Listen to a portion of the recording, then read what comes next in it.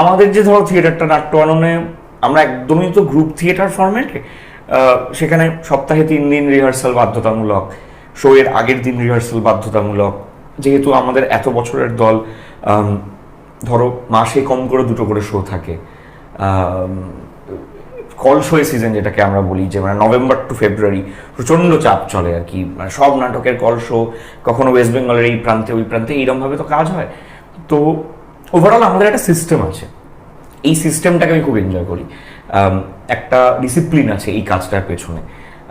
যে সময়টা আমরা ইনভেস্ট করছি সেই সময়টা থেকে একটা হয়তো মানে প্রত্যক্ষভাবে কোনো প্রফিট, যে এই যে আপনি 6 ঘন্টা দিলেন আপনার 6,000 টাকা, এইরকমটা হয়তো নয়, কিন্তু একটা ডিসিপ্লিনের মধ্যে দিয়ে যাওয়া, যে রিহার্সালের সময় ফোন ব্যবহার করি না দরকার না পড়লে কাজে, শোয়ের সময় ফোন বন্ধ থাকে।